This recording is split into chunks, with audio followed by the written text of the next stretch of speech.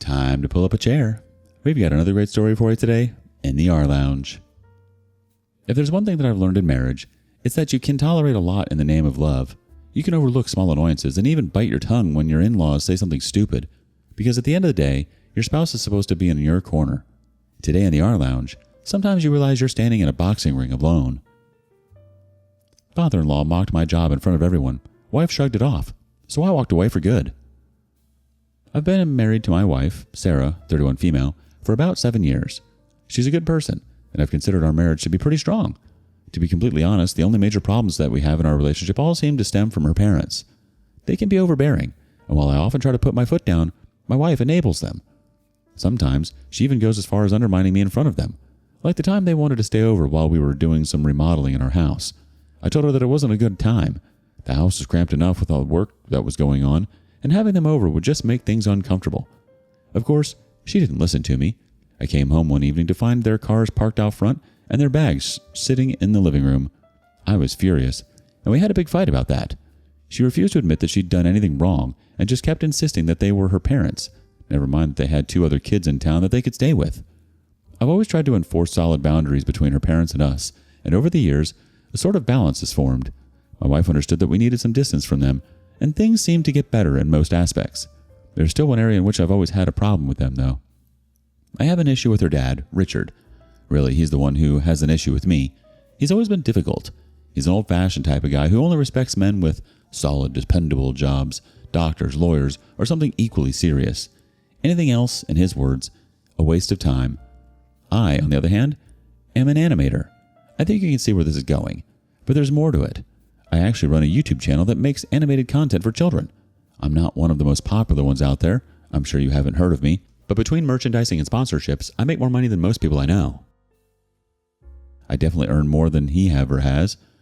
It's not a small operation either. It's a legit business. I hire other artists and animators to help me develop my videos. I have a musician I hire regularly to make songs for my videos. It's not something I do for fun. It's a lot of hard work. But Richard has never respected what I do. He calls it doodling or effing around with the cartoons and insists that I need to get a real job. Emily used to defend me at first, but that changed with the years. She's always known how much it bothered me. I was very vocal about it early on in our relationship. When I realized that she wasn't going to say anything to her father, I let her know that I'd speak up for myself. She begged me not to make an issue of it because she didn't want to cause any misunderstandings with her family. I should have realized that she was letting me know whose side she was on, but I held my tongue all these years for the sake of peace. But then last week happened. By that point, I'd gotten used to Richard's jabs. Every holiday, every family gathering, he'd always make some snide comment asking about how my doodling was going or when I'd start a real business. I'd ignore him. I always did. But I had to speak up when he took it up a notch last week. Sarah and I were at her parents' house for Thanksgiving. It was supposed to be a nice, casual gathering, and that's how it started off at first. It was just us, her parents, and her siblings with their spouses. The conversation started off harmless enough, but it didn't take long for Richard to set his sights on me. He cut through the conversation in his booming voice and called my name. The table quieted down a bit while he asked how the cartoon business was going. I knew he was trying to goad me, but it was a harmful enough question on the surface. So I answered and told him it was good. We'd even managed to land a sponsorship I'd been negotiating. That should have been the end of it, but Richard wasn't happy with my answer. Maybe he wanted to admit that I was struggling or something. Either way, it seemed to piss him off that my business was doing well. What kind of a man is bitter that his son-in-law is doing well for himself? He scoffed and said he couldn't understand men these days. He started a rant about how men were supposed to be providers and not play around with drawings all day. I was used to all of this, though he was a bit more passionate than usual since he'd had a couple of beers, but he went off the deep end pretty quickly. He turned to my wife and told her to keep a close eye on me because you can't trust men who are too into kids stuff, you know what I mean? The table went still. Everyone knew what he meant. That wasn't some harmless joke. It was the worst accusation you could throw at a man. To say I was furious was an understatement. I actually fought the urge to knock him flat on his butt right then and there. Instead, I said I didn't know what he meant and asked him to explain. My voice shook with how mad I was. He'd crossed a line and I wasn't going to stay quiet for the sake of peace anymore. I didn't get to hear what he came up with, though, because my wife cut in. That should be a good thing, right? She was finally taking a stand and speaking up against her dad. Wrong. She told me not to make a big deal out of it and kept eating. I stared at her for a moment and said, "Excuse me?" She repeated herself and said I was making a scene. A scene? After what he'd just said to me? I could handle the insults from Richard. I'd been doing it for years, holding my tongue because my wife was afraid to rock the boat with her parents. But now she was sitting there, casually chewing her food and pretending her dad hadn't just implied something absolutely disgusting about me. She was acting like I was the one who had a problem for not letting it slide. Everyone was staring at us now. Richard was still sitting there, smug, and Sarah wasn't lifting her eyes from her food. I didn't care whether I made a scene or not. The thought of ignoring what he had said and keeping the peace didn't even cross my mind. I turned to my wife and asked her if she was okay with her dad saying that kind of thing about me. She sighed, like I was annoying her, and said I knew he didn't really mean it. Then she said that he had a point, and my work was kind of embarrassing. It wasn't serious work. Everyone else thinks that too. I told her I didn't care what everyone else thought. Honestly, I didn't really care what her dad thought. What did he know? He's old and out of touch. I was done being polite. What mattered was what my wife thought, and she chose to back her dad's ignorance. This was about respect. Her father had shown me several times that he didn't respect me as a man, but he'd gone too far this time. The worst part was that my wife didn't care enough to try and understand why I was so offended by what he'd said. Well, I wasn't going to stay somewhere I wasn't respected. I got up and walked out without a word. I went straight to the car, started the engine, and drove off. I didn't care that Sarah and I came together. She could sort out the ride home on her own. For now, I didn't even want to be near her. She called me about 10 minutes later asking if I was for real. First, for walking out on dinner, and then for taking the car without her.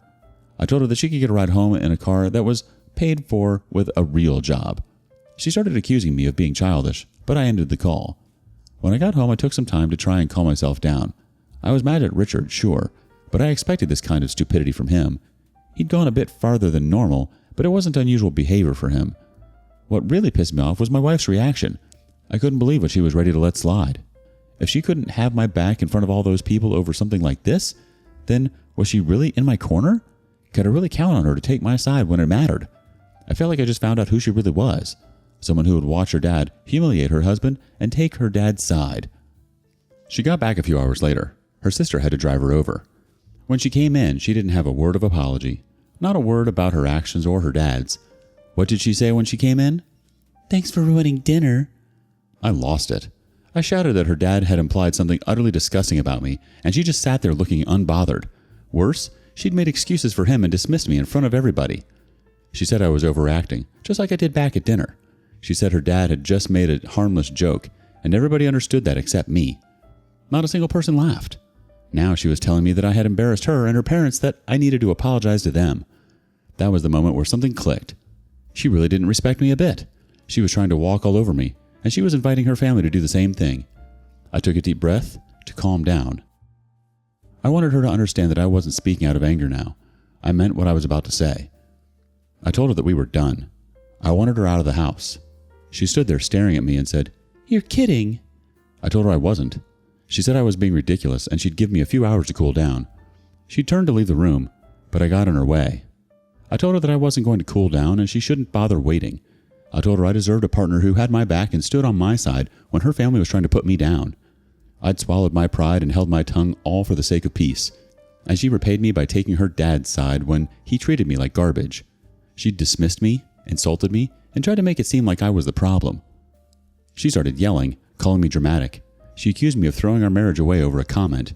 But it wasn't one comment. It was a pattern, and I was tired of it. I told her she had until the morning to figure out where she was going to stay. If she chose not to leave, then I'd stop paying the rent. Either way, she wasn't enjoying another dime of my money since she and her father didn't respect my work. She didn't leave at first. She tried to insist on staying, but she left when she found out I'd canceled her card. I think she realized I meant business when I cut her off because she changed her tone. She didn't apologize, but she wanted to give us some space to work through the issue. The whole dinner fiasco happened a week ago, and I haven't seen her since she moved out. She called me a few times since then. First, she just asked if I was ready to talk about it and act like adults. A few days ago, she switched up and started apologizing. She asked if I was ready to talk and started begging me to talk to her so we could work through this. I told her there was nothing to work through. Her mom and her sister called me as well. Both of them apologized for Richard's comments and asked me to let Sarah move back in, but I didn't buy it. None of them had anything to say when I was letting Richard get away with his comments. Now, I wanted nothing to do with them. Sarah's mom asked me if I would be willing to forgive them if Richard apologized, but I let her know where he could shove his apology. An apology from him was worth less than dirt because I knew he wouldn't mean it. Sarah's family stopped calling me after that, maybe because I'd finally dropped all pretense of politeness with them. I didn't feel bad about it though. It was time they felt a portion of the disrespect they'd been heaping on me over the years. Sometimes when I look back on the incident though, I worry that I really was overreacting. Maybe I really did blow up at a simple joke, but I keep replaying it in my mind, and I know she was just trying to make me feel like the bad guy. What her dad said wasn't appropriate, whether it was a joke or not, and I knew he wasn't joking whenever he made those digs at my work.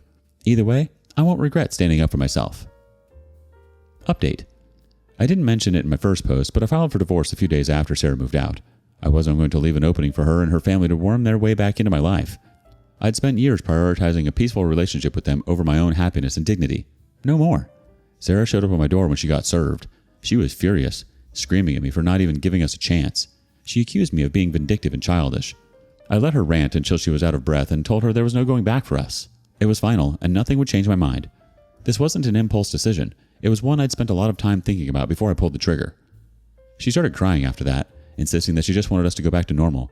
She claimed she was just trying to keep the peace and said she thought I understood how important her family was to her. I said she'd made that very clear. They were more important than me. She left in tears, and I didn't feel even a twinge of guilt. I just felt satisfied to know that she was finally feeling the consequences of her actions. If she couldn't have my back, then we didn't need each other. A week later, I got a call from the big man himself, Richard. He must have thought that he could intimidate me over the phone. Perhaps he thought he'd been intimidating me all these years when he made his comments, and I let them slide. He started off with his bluster, telling me that I'd made a mistake and that I'd never find another woman like his daughter. I told him that was the whole point. He got nasty after that. He called me a soft man who couldn't handle the responsibility of marriage. Then he threw in some more jabs about my career, but I cut him off. He wasn't my father-in-law anymore, so I didn't have any reasons to hold back. I told him that my childish career left me with a successful business where I earned more money than he could dream of. The income from that business had allowed his daughter to live a very comfortable life up until now. I asked him a simple question. If I wasn't a real man, then why was his daughter begging to have me back? That shut him up for a moment, so I kept going. I told him that he got what he wanted. His daughter was back under his roof, and I was out of the picture. Now, he had no excuse to keep my name in his mouth. He could help his daughter find a real man if he cared that much. He spluttered for a moment, before demanding that I apologize to him for what I'd just said and how I'd acted at dinner. I told him to go to hell and ended the call. Sarah called me back after that.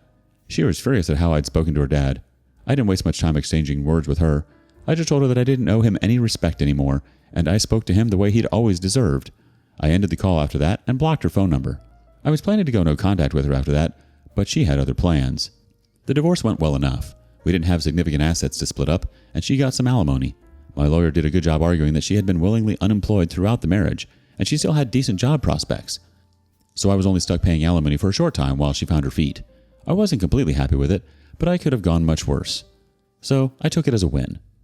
Sarah tried one last time to get in touch after the divorce was finalized. She showed up at my house and told me that she missed me and regretted the way things ended up.